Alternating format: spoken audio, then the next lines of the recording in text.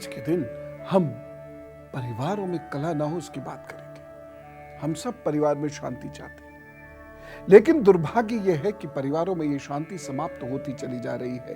परिवार टूट रहे हैं, भाई भाई से अलग हो रहे हैं, बहन भाइयों में झगड़ा हो रहा है, माताओं पिताओं और बच्चों में नहीं बन रही है। सबको लगता है अलग होकर सुख मिलेगा, परंतु अलग होकर भी सुख नहीं मिल रहा, क्योंकि पति पत्नी में नहीं बन रही है। क्यों ये झगड़े होते हैं और कैसे मिलेगी निजात, इस विषय पर मेरे कुछ निवेदन है आपसे, वह सुन लीजिए। जिस भी व्यक्ति का पहला, दूसरा और सातवां घर और उसके साथ साथ आठवां भाव वो कमजोर होगा, तो उसके परिवार में कभी शांति नहीं होगी। लोग एक दूसरे पर विश्वास नहीं करेंगे और वहां झगड़ा होगा। जिस व्यक्ति का राहु मंगल या सूर्य शनि दूसरे, चौथे, पांचवें, सातवें, आठवें भाव को परेशान करेगा, तो वह व्यक्ति कभी भी परिवार में सुखी नहीं रह सकता, सुख दे ही नहीं सकता, सुख पाएगा भी नहीं। बहुत सारे स्त्री और पुरुष ऐसे होते हैं जो आपस में एक दूसरे को देखना भी पसंद नहीं करते। ये होता है राहु मंगल और शनि के कारण। इसलिए कुंडली में विवाह के समय चंद्रमा तो मिला ही लीजिए, लेकिन विवाह के समय कुंडली मिलान थोड़ा और ज्यादा गंभीरता से करने की सलाह मैं आपको देता हूं। केवल चंद्रमा मिला लेने से सब कुछ नहीं होगा। दूसरा घर, पांचवां घर, सातवां भाव, ये सब भी मिला लेने चाहिए। यदि किसी व्यक्ति का पांचवां भाव कमजोर होगा, तो वह अपने बच्चों की वजह से घर में झगड़ेगा या बच्चे उससे झगड़ेंगे। यदि पांचवें भाव को राहु, शनि, सूर्य, मंगल प्रभावित करेंगे, तो ऐसे लोग अपने बच्चों से ही परेशान हो जाएंगे।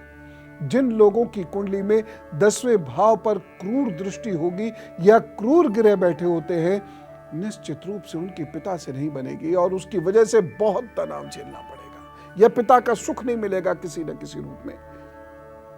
और यदि कुंडली का चौथा भाव प्रभावित है, तो मां से भी अनबन हो सकती है, मां पसंद नहीं करेगी और आपके लिए बहुत सारी मुसीबतें खड़ी होंगी। परिवार में कलह का प्रमुख कारण होता है पितृदोष। यदि यह परिवार में है तो शांति रह ही नहीं सकती। चाहे कितना भी प्रेम क्यों ना हो आपस में, पर एक साथ बैठे नहीं और झगड़ा शुरू, एक दूसरे पर विश्वास नहीं होगा, एक दूसरे की बात पर चलने की इच्छा नहीं होगी। पिता जो कहेगा बच्चा नहीं मानेगा, बच्चा जो कहेगा माता पिता नहीं मानेंगे और झगड़ा निरंतर बढ़ता चला जाता है प्रेम होने के बाद भी। इस कलह की वजह से घर के बच्चे बिगड़ जाते हैं, इस कलह की वजह से घर टूट जाता है, व्यक्तित्व समाप्त हो जाता है, चरित्र खराब हो जाता है, बड़ी समस्या।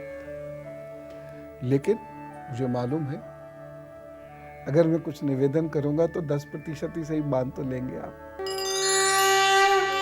आइए अब मैं आपको कुछ उपाय बता देता हूं, क्योंकि घर को मजबूत रखने से ही हम मजबूत होते हैं, हमारा समाज और हमारा राष्ट्र मजबूत होता है। जो भी गलतियां हुई हों, लेकिन अब ये उपाय कीजिए और सही रास्ते पर चलकर चीजों को दुरुस्त कीजिए।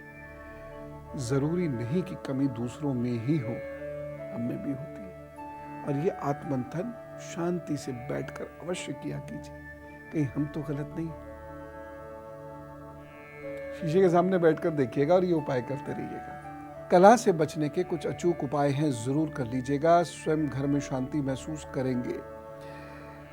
क्रोध मत कीजिए, कोई भी किसी पर अधिकार जमाने की कोशिश नहीं करे और घर चलाने में सभी लोग अपने काम बांटकर ईमानदारी से मिलजुल कर घर चलाएं। घर में तुलसी या मनी प्लांट जरूर होना चाहिए और खूब अच्छे से होना चाहिए। जब मैं कहता हूं तुलसी लगाइए, तो बहुत सारे लोग फॉर्मेलिटी में जरा सी तुलसी लगा देते हैं। एक इतना सा पौधा ढूंढने से नहीं मिलता कहाँ है, और उसमें भी रोजाना सिंचाई नहीं होती तो वह मर जाता है, और एक पौधा हमारे रहते मर जाए तो बहुत ही दुखद स्थिति।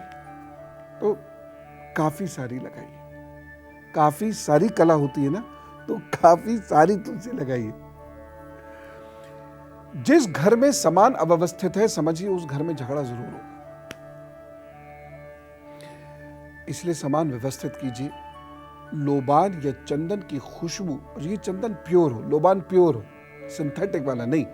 तो जिस जगह चंदन और लोबान की खुशबू फैलती है, उस घर के अंदर के लोगों के दिमाग सही होते हैं, कला खत्म होती है। लेकिन वो जो हल्का सा संगीत होता है ना, भजन का, बांसुरी का, संकीर्तन का, श्री कृष्ण गोविंद हरे मुरारे, हल्का हल्का चलता रहेगा, घर में व्यवस्था और शांति आती है इससे।